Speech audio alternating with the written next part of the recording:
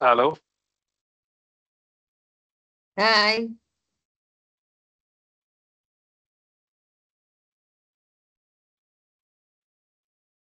אנחנו נתחיל עוד כמה דקות, אני רואה שעוד נכנסים. שלום. אהלן. היי. שלום. יופי, מעולה, תודה. תודה. ביי.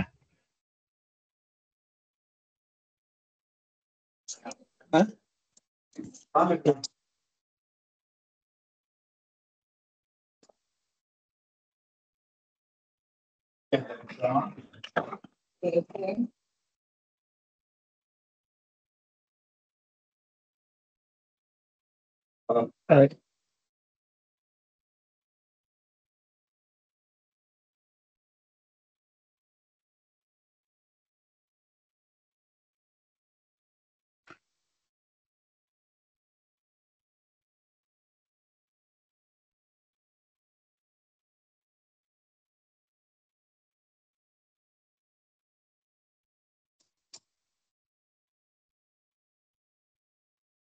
טוב, נתחיל מורן. מי שיצטרף, טוב, אוקיי. אז תודה למורן שעזרה לי לארגן, בוקר טוב לכולם. בוקר אני אור. תמיר מלכה, סמנכ"ל תפעול בקבוצה, למי שעוד לא הכיר, האמת שרובכם עוד לא הכרתם. אנחנו מקיימים כרגע איזושהי הדרכה משמעותית, אבל בסיסית וקצרה, ואני מתחיל ואומר שכל מי שיהיו לו שאלות גם במסגרת הזו של תוך כדי הדרכה או בסיומה, וגם אחר כך מוזמן לשאול, לפנות אליי. ההדרכה הזו חשובה מאוד, תכף אני ארד לפרטים, אבל מי מכם ששמע ומי שלא, יש כרגע תיקון חדש לחוק הגנת הפרטיות, תכף נדבר עליו יותר לעומק, הוא משהו שאנחנו עובדים לפיו כבר הרבה מאוד שנים. התיקון הזה מייצר כל מיני חבויות שלנו כמחזיקי מאגר משמעותי, ולכן נדרשת ההדרכה הזו. ככה יש עוד כמה פעולות שנעשות ברקע שאני אגיד לכם אותם עכשיו בעל פה ואתם תחשפו אליהם גם בהמשך. אחת מהן היא שליחת מכתב לכלל הלקוחות שלנו, גם מלם שכר, גם סינריון, גם גמל פנסיה, מכתב שלמעשה אומר שאנחנו עשינו את כל מה שנדרש על מנת לעמוד בתקנות האלה, ויש דרישות גם מהם בצד שלהם כלקוח. דבר נוסף שנעשה, אתם כולכם תקבלו עדכון דרך הרקולס, שמורן תוציא, שלמעשה מבקש מכם לחדש חתימה על מסמך שהוא רלוונטי לידיעה שלכם על התקנה הזו ומה נדרש מכם על מנת לעמוד בה כעובדים, וניגע גם בזה. דבר נוסף שקורה, כל מי שמשתמש במערכת הפיירול היום, שזה כולכם למעשה, בקרוב מאוד יידרש להכניס גם מספר חד ערכי שהוא יקבל ב-SMS, מה שנקרא Two-Factor Authentication, על מנת להיכנס למערכת הפיירול. זו מחויבות שהיא גם כן במסגרת התיקון והתקנות, ואנחנו בסביבה שלנו כמלם שכר נקיים אותה. אז נתחיל ככה בהדרכה קצרה. לפני כן אני רק אציג פה עוד כמה משתתפים שהם חשובים מאוד בתוך התהליך. אחת, אני לא יודע אם היא כבר פה, נוי, את כבר פה? כן, היי. נוי עורכת דין אצלנו בקבוצת מלמתים, שלמעשה מלווה אותנו בתפקיד שהוגדר, הוא תפקיד חדש, שנקרא DPO, תכף נגדיר ונדע בדיוק מה התפקיד שלה. יש איתנו את גלעד רונן, שהוא היועץ המשפטי שלנו, שעושה את כל מה שנדרש מול הלקוחות. יש לנו את כמובן חיים רזבני, שכולכם מכירים, שדואג שכל הדבר הזה יקרה בצד התשתיתי והאופרטיבי, ויש את אלי שפרון, שהוא מנהל הבטחת המידע, שיחד איתו אנחנו עושים את כל מה שנדרש, ועשינו בחצי שנה האחרונה כדי להיות מוכנים. הדבר הזה שנקרא תיקון 13 להגנת הפרטיות, הוא משהו שמחייב ברמת הנהלה ודירקטוריון. זה אומר שגם אילן כמנכ"ל הקבוצה גם מנכ"ל משותף במל"מטים וגם מנכ"ל קבוצת מל"מ שכר עם כל החברות, נמצא בתוך התהליך הזה ומחויב באופן אישי לתהליך, ולכן תשומת הלב שניתנת פה היא גדולה מאוד על מנת שנעמוד. אז אני אתחיל בהדרכה, שאלות תשאירו ככה לסוף אם יש, אלא אם כן, ואם החברים פה מהארבעה שציינתי יראו לנכון לתת חידודים, אז הם ייתנו אותם, אז בואו נצלול. אז ככה, למעשה התיקון הזה נכנס באופן אופרטיבי ב-14 לאוגוסט, שזה ממש עוד מעט. נעשה שנייה איזו הכנה קצרה, או מה זה בכלל פרטיות, אני יודע שכולכם ורובכם לא התעמקתם בעניין הזה, אז זאת זכות של אדם, מה שנקרא, להיות אחראי או לדעת מה קורה עם המידע שלו, מי ניגש אליו, למי הוא מאפשר לגשת למידע הזה. זה מעוגן בחקיקה גם בישראל וגם בעולם, וכמו שנכתב כאן זו זכות יסוד. הגנת הפרטיות היא למעשה הדרך שבה אנחנו מגנים על המידע האישי של כל אחד או אחרים מגנים עבורנו, וזה במסגרת תקנות להגנת הפרטיות, שכמו שאתם יכולים לראות כבר מ-2018 נכנסו. תכף נדבר על מה התיקון הזה, שבעצם זה חוק שנחקק לפני 43 שנים. אני אומר שוב, עובדים כבר לפי החוק הזה, כי אנחנו חברה שמחזיקה במידע אישי על כל המשתמע ממנו. אני חושב שאפילו לא צריך להסביר עד כמה המידע שאנחנו מחזיקים בו הוא מידע אישי של העובדים של הלקוחות שלנו. אז רק כדי שנסבר את האוזן מה זה מידע אישי, אז כל מידע שהוא מדבר על המעמד האישי, על האישיות של אדם, כמו נתוני הכשרה שלו, עבר פלילי, מצבו הבריאותי, מידע רפואי, כל מידע אחר שקשור לבריאות של אותו אדם, מצבו הכלכלי, וכמובן ששכר הוא מידע כלכלי ומוגדר כמידע אישי. כל אחד ואחת מכם נחשפת למידע אישי של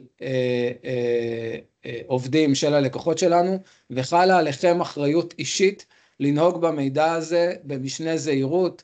כמובן שאתם עושים את זה גם היום, אבל זה מחדד את זה, לא להסתכל בו במקום שבו לא צריך, לא להשתמש בו במקום שלא נדרש, ולהסתכל רק על המידע שאותו אתם צריכים לצורך ביצוע תפקידכם במסגרת ההגדרה של התפקיד הזה בחברה.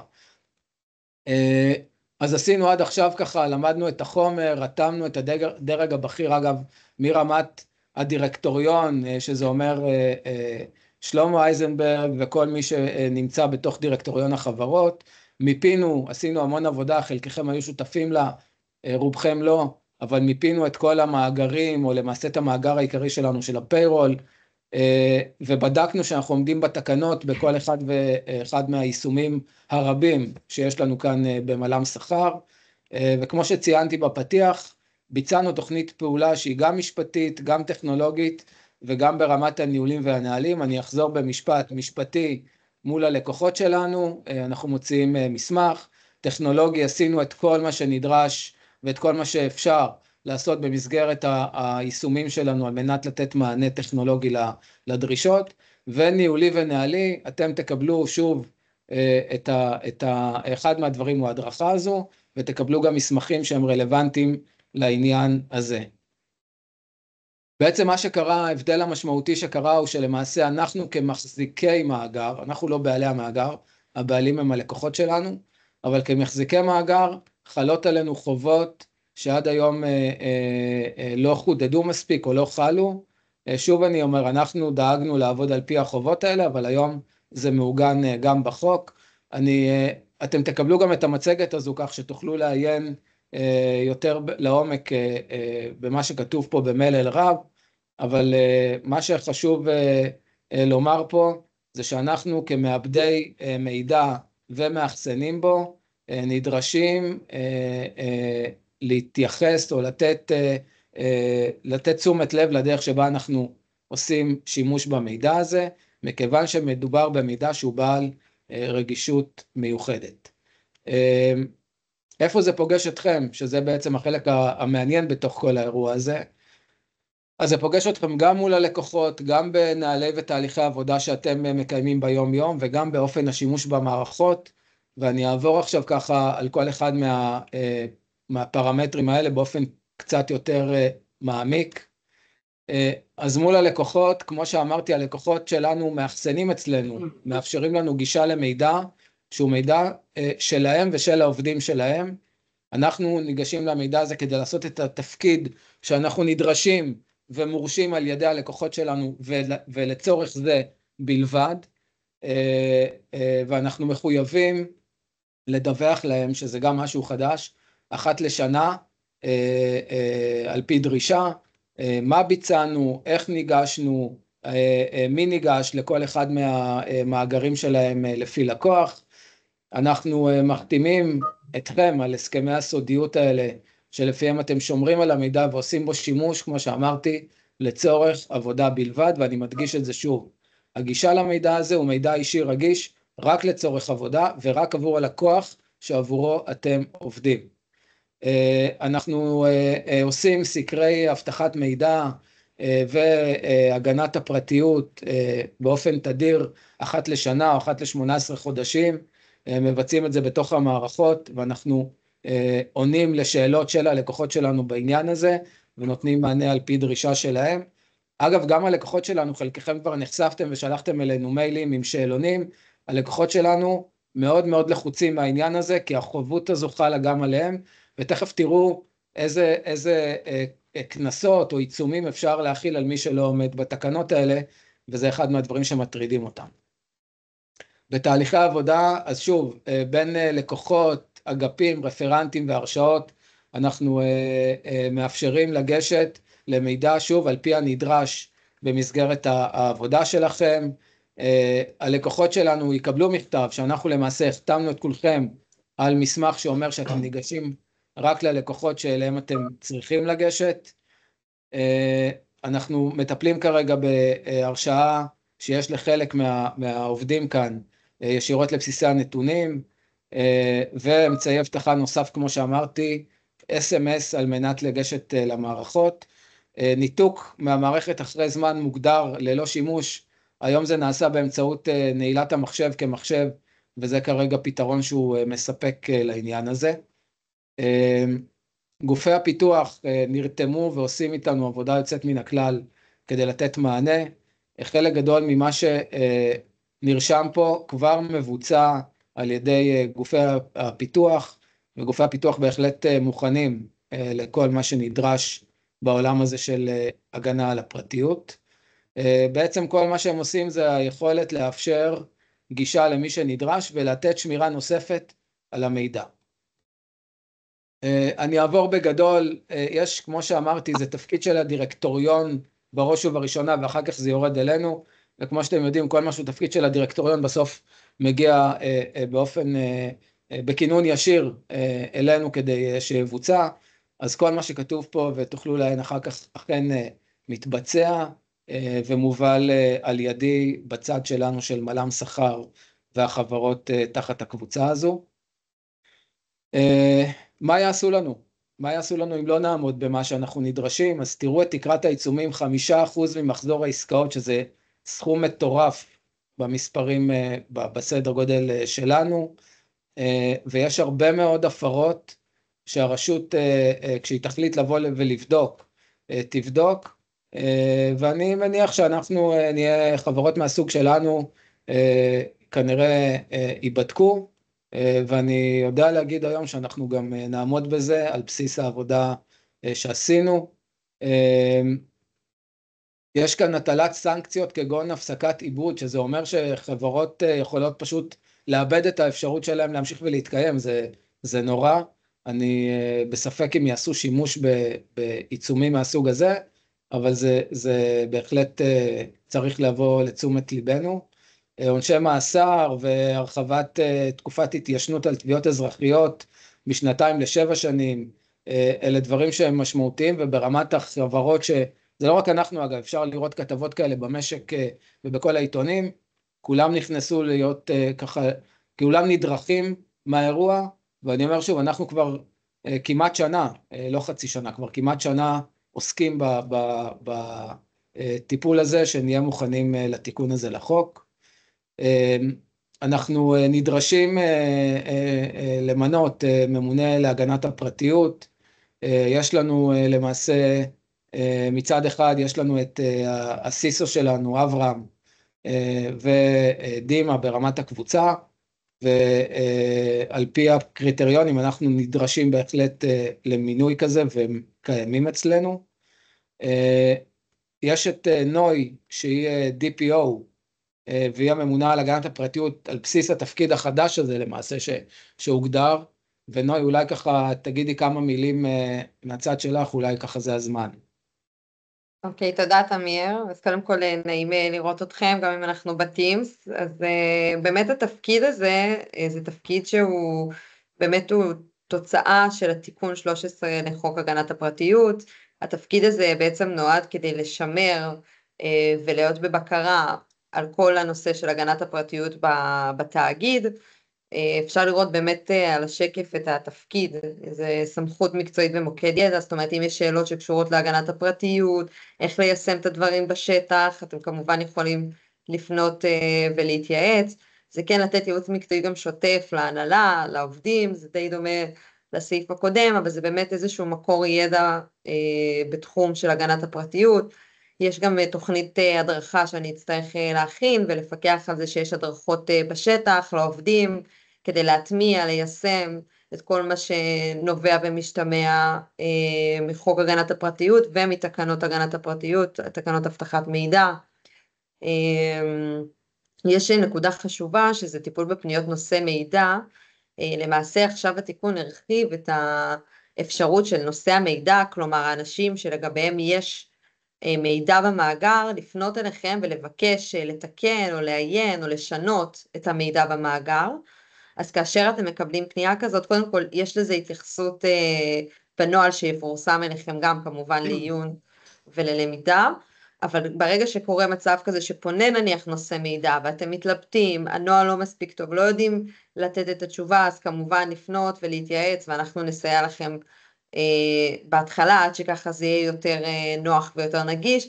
חשוב לומר, בעיניי הגישה הנכונה היא זה שאם יש ספק תמיד לבוא ולשאול, ולא לשלוף תשובות מהמותן ללקוחות, בצורה שיכולה חלילה לעשות איזושהי טעות, או פאול מול הלקוח, בגלל החשיבות של הדבר הזה, בגלל הסנקציות שתמיר הזכיר, האחריות האישית, זה משהו שהוא מאוד חשוב לנו, זה בעדיפות עליונה מבחינתנו, גם לשמור על החוק והתקנות בצורה מקסימלית, וגם לצמצם בצד השני את החשיפה לחשיפה מינימלית, ובסוף באמת זה להיות איש קשר לרשות, זה פחות נוגע באמת לענייננו, אבל אם יש חלילה אירוע אבטחת מידע, או יש ביקורת של הרשות, כי כמו שתמיר ציין, יש לה באמת סמכויות עכשיו אכיפה מוגברות, אז אני צריכה בעצם לטפל בזה מול הרשות, לפנות לרשות, לקבל מידע, להעביר מידע, אז באמת ככה התפקיד, ובסוף, כמו שתמיר ציין, המטרה היא באמת לשמור על הגנת הפרטיות בצורה מלאה, שלמה, הוליסטית, וככה שיהיה לכם איזשהו גורם שגם יכול לסייע בצד הפרקטי, אני קוראת לזה, בצד שלכם מול הלקוחות. תודה נוי, אני רק אוסיף שבמכתב שאותו אנחנו שולחים ללקוחות במהלך השבוע הבא, אני מקווה, אבל כמובן שלפני כניסת התיקון, ציינו שם בסופו של המכתב שלמעשה למנהלי הלקוח ומתאמי הלקוח מולם הלקוחות שלנו עובדים, יכולים לפנות בכל עניין ושאלה בנושא הגנת הפרטיות, וכל שאלה כזו כמובן נשאלת על ידי הלקוח, ואתם את השאלה מפנים אלינו. יהיה לכם סט של תשובות שתוכלו כבר לתת, שאנחנו מן הסתם עושים והן ברורות, התשובות עליהן ברורות, אז נצייד אתכם גם במידע הזה.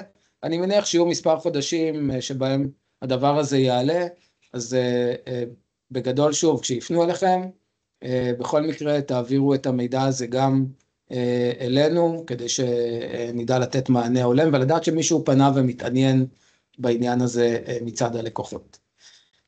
אז נחזור ככה למצגת. אז שוב, מה זה דורש מאיתנו? זה בעצם מסכם להתייחס למידע בסודיות הנדרשת, כמו שאמרתי, ואני חוזר ואומר, כל אחד מכם ניגש למידע שנדרש לו, רק לצורך ביצוע עבודתו, ולצורך מתן מענה ללקוח שבו הוא מטפל. אין איזה אפשרות לגשת למידע שהוא לא של לקוחות שהם לקוחות שלכם. שמירה כמובן על המידע בלי להעביר אותו לאף אחד ובלי חס וחלילה שיזלוג. שוב, אני אומר דברים שבעיניי הם ברורים מאליהם, מתבצעים גם היום, וגם היום אתם כעובדים וכמנהלים בחברה מחויבים לו וגם חתומים עליו, ותעשו את זה, נאשרר את התהליך הזה.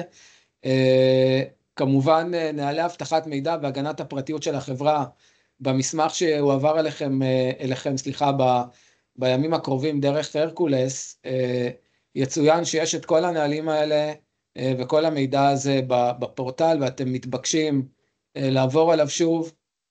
אני אומר את זה שוב ומחדד, אתם, כפי שאתם נתפסים בעיני הלקוחות שלכם כמקצוענים בתחום של שכר וכל מה שקשור בפריפריה של עולם השכר, כך הלקוחות כנראה יפנו אליכם וינהלו איתכם שיח אולי קצר, אבל בכל זאת שיח גם בעולם של הגנת הפרטיות והבטחת המידע.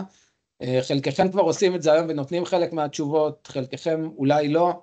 שווה לקרוא את המידע הזה, גם אם הוא נראה פחות חשוב, הוא הופך להיות יותר ויותר רלוונטי. וכמובן, כפי שנוי ציינה, אנחנו נקיים הדרכות, ואתם חייבים להשתתף בהדרכות האלה.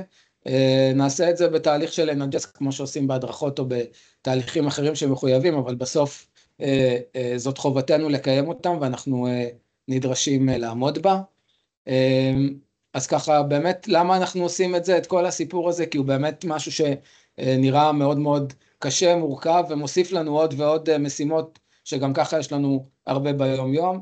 אז אני יכול להגיד קודם כל שלכם, כמי שמנהלים את הפעילות בתוך הקבוצה, זה לא יוסיף באמת משימות, חוץ מלתת איזשהם מענה לשאלות או להעביר אותם אלינו, אבל ביום יום אתם כנראה תרגישו את זה פחות, אבל קודם כל זה חוק, אין פה בכלל שאלה, כמו שיש תקנה של שכר שיוצאת, אז יש תיקון 13 להגנת הפרטיות, אין פה שאלה. כמו שאמרתי, זה עלול להשית כנסות ועיצומים משמעותיים, שחלילה מבכלל לחשוב שיש לנו סיכוי להגיע אליהם, זה לא יקרה, אבל עדיין מרחף. חובת דיווח לדירקטוריון, כמו שאמרתי, כל מה שאנחנו עושים, גם מה שאנחנו עושים כרגע, מדווח בסוף משורשר למעלה, עד הדירקטוריון של החברות והקבוצה, אז זה חייב להתקיים. הלקוחות שלנו, כמו שאמרתי, בעצמם מחויבים, ולכן הם מגלגלים חלק מהדרישות אלינו, כי אנחנו מחזיקי המאגר עבורם, אז אנחנו מחויבים לעשות את זה גם מולם, כדי לאפשר להם לעמוד בתקנות מהצד שלהם, ובשורה התחתונה אין לנו אופציות בחירה, אנחנו פשוט חייבים ונעשה את זה. זהו, זה בעצם ככה בבריף מהיר הדרכה על התיקון. כמו שאמרתי, אולי ננצל שנייה את ההזדמנות ונעשה רגע איזה share למכתב הזה, שתראו מה הלקוחות שלכם עומדים לקבל, אם יש לנו עוד כמה דקות. ואם יש שאלות כרגע, למישהו מוזמן לשאול, ואם רוצים במייל זה גם בסדר. אז הנה, זה בעצם המסמך, אתם תקבלו אותו גם. בעצם המסמך הזה אומר שאנחנו רואים חשיבות עליונה בשמירה על הסודיות, וכמו שאמרתי, אנחנו מחויבים להמשיך ולעמוד בדרישות החוק. זה לא שאנחנו עכשיו ככה out of the blue מתחילים לטפל בחוק הזה, אנחנו פשוט ממשיכים ועושים את מה שעשינו. כמו שאמרנו, אנחנו עושים את זה בשקיפות מול הלקוחות, ואנחנו מעדכנים במה עשינו עד עכשיו, או במה חשוב לנו להדגיש שעשינו. אז כמו שנכתב כאן, עורך דין נוי, היא בוגרת קורס, יש קורס אגב, ל-DPO, והיא ה-DPO שלנו. אנחנו מעדכנים את מדיניות הפרטיות מפעם לפעם, וגם בהתאם לתיקון. נוהל הבטחת מידע והדרכות, דיברנו על זה כרגע בשיחה שלנו, הדרכת עובדי מל"מ שכר לסודיות, אז גם חתימה שלכם וגם ההדרכה הזו ונוספות שיהיו. הכנסנו כאן עוד עניין שבעצם אנחנו אומרים ללקוחות שלנו, שמקבלים מאיתנו תלושים מודפסים, שתלושים מודפסים בדרך שבה הם עוברים ביום, וכולכם יודעים איך זה עובר, באיזה חבילות, לאיזשהו מקום, ומשם מופץ בכל מיני טריים ומגירות במקומות שהם לא מובטחים. גם כאן יש סיכון עבור הלקוחות שלנו, שאנחנו יודעים לפתור אותו בעצם זה שניתן להם להשתמש בתלוש אונליין או טופס 106 מקוון. הפתרונות שלנו עומדים בכל הדרישות של הבטחת המידע ורגולציה, ואנחנו ממליצים ללקוחות שלנו לעבור מתלושים מודפסים לטכנולוגיה דיגיטלית, שבהחלט נותנת מענה לכל הדרישות, ומסכנת את החשיפה שלהם לחשיפה למידע, שהוא רגישות עבור העובדים שלהם, וזה יכול להיות מנוגד או בניגוד לחוק. כמו שאמרתי כאן, מנהלי הלקוח ומתאמי הלקוחות, שזה למעשה אתם והצוותים שלכם, תעמדו לרשותם, וכמובן אתם מוזמנים ונדרשים לשרשר את הדבר הזה אלינו, כפי שאתם עושים, אגב, בחצי שנה האחרונה, חלק גדול מכם שולח לנו שאלות מלקוחות ואנחנו עונים, ויש כאן עוד חלק שהוא בעצם אחריות של הלקוח כבעל המאגר, בדרך שבה הוא מתחבר ומנהל את המידע אצלו. אתם תקבלו, כמו שאמרתי, גם את המסמך הזה אליכם, ותהיו מיודעים בכלל בכל שלב בתהליכים שבעצם עלול לפגוש אתכם כמי שנמצאים בפרונט מול הלקוחות. זהו, עד כאן. אם למישהו יש שאלות, אז מוזמן. תגיד, לגבי החשיפה או מידע של לקוחות, מה קורה מחירות, פריסל? אין לנו מישהו שהוא מוגדר כלקוח שלנו, אנחנו לפעמים נחשפים למידע, לפעמים זה מערכות שמערכות הדגמה, לפעמים, אתה יודע, לקוח שואל שאלה, אין לי שום הגדרת יחסים איתו, חוץ מזה שהוא הגיע אליי במקרה לשאול שאלה, או לא יודע, מישהו אחר בטעות חושף לי, לא בטעות, לצורך עבודה שלנו, איך מתייחסים לדבר הזה? אתם קודם כל כמחירות בחברה נמצאים בדיוק באותה קטגוריה כמו של כל שאר האנשים שנמצאים פה, יש לכם גישה למידע, אבל רק למידע שנדרש על מנת לבצע את העבודה שלכם. זאת אומרת שאם היום אתה נדרש להציג משהו, לעשות משהו שחושף מידע אישי של הלקוחות שלנו, אז זה צריך להיות א' באישור הלקוח, או שאתה נמצא עם מישהו שיש לו אישור לבצע את מה שהוא מבצע, אבל גם אתה כעובד בחברה, כמו כל עובדי החברה, נדרש לחתום על המסמכים האלה של הגנת הפרטיות וסודיות, ואתה למעשה תחת אותם הסכמים. לא, זה ברור, הכוונה יותר אם באמת אם מישהו חושף לי את המידע הזה, אבל לצורך העניין אני לא קשור, זה טיפול בלקוח. אם הוא חושף לך ואתה לא קשור ללקוח, אז הוא לא חושף לך, בסדר? אתה לא צריך להיות חשוף למידע שלא משמש לצורך העבודה שלך. גדי, בוא נגדיר את זה פשוט. אם אתה בתהליך מחירה ומישהו מספר לך שיש לו תהליך שכר כזה או אחר, זה לא אומר שיש אצלך מידע, בסדר? זה לא כל מה שמישהו זורק לך באוזן, אז זה נחשב למאגר מידע. לא, זה ברור. אני רק אוסיף גם, כמו שתמיר אמר, ובצדק, המידע שנועד לממש את השירות שאתה מעניק, זאת אומרת, מושא השירותים שאתה נותן, לצורכי השירותים שאתה נותן, זה בסדר שיהיה לך אותו, בכפוף לחובת הסודיות ובטופס הסודיות שאתה תחתום עליו. לא צריך, כן, זה מאוד פשוט.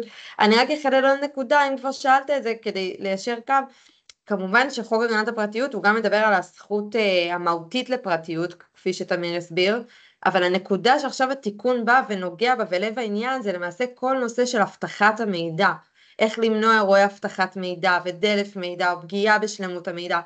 לכן אני אומרת את זה, כי גם בהקשר של מה שאתה שאלת, הסודיות היא מאוד מאוד חשובה, אבל תהליכי הבטחת המידע, איך אתה ניגש למידע, איך אתה מעביר מידע, זה לב העניין, להיות מיושרים מבחינת רמת הבטחת המידע, מבחינת השאלות, לפי הנהלים, בהתאמה, ואם יש שאלות, כמובן לפנות לגורם הרלוונטי, אם זה סיסו, אם זה תמיר, אם זה אליי, כל אחד בתחום אחריותו, ואנחנו ניתן את המענה, אבל באמת ששרשרת הספקת המידע תהיה מאובטחת, זה הדגש של התיקון הזה. מעבר לזכות המהותית לפרטיות, שכמו שתמיר באמת ציין, אם זה לטובת השירותים, אין שום בעיה שתחשף, בכפוף לחובות הסודיות שאתה תראה במסמך.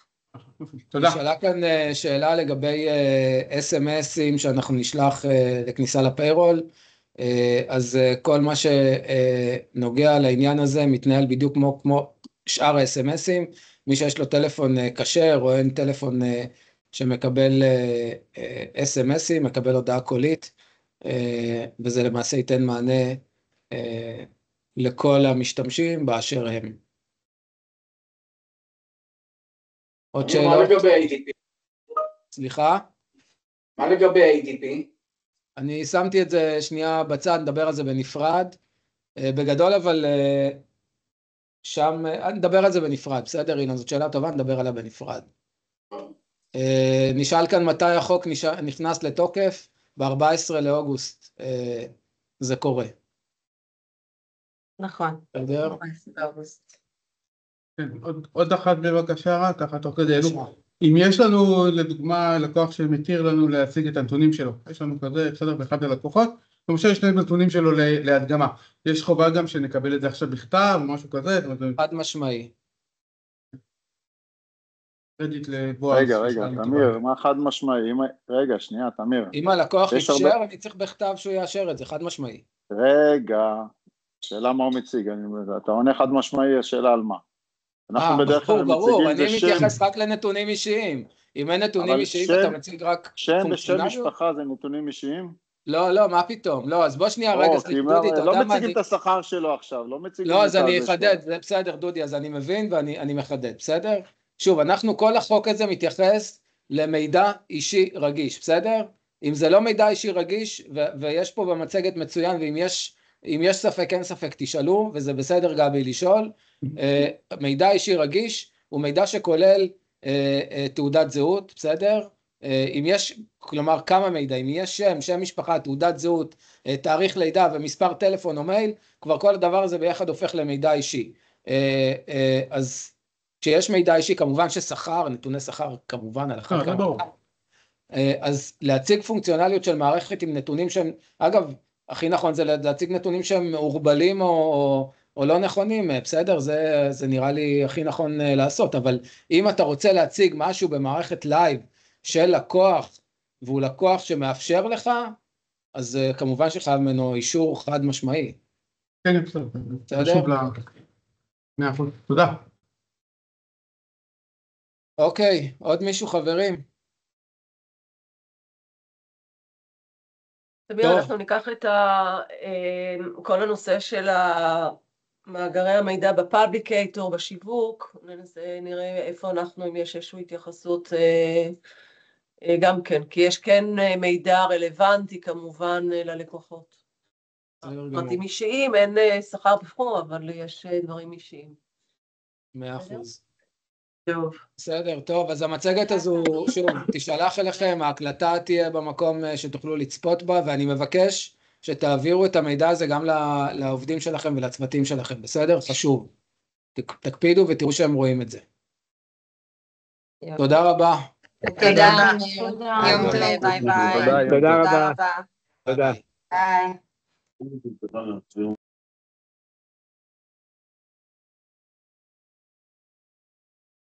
תמיר, תודה.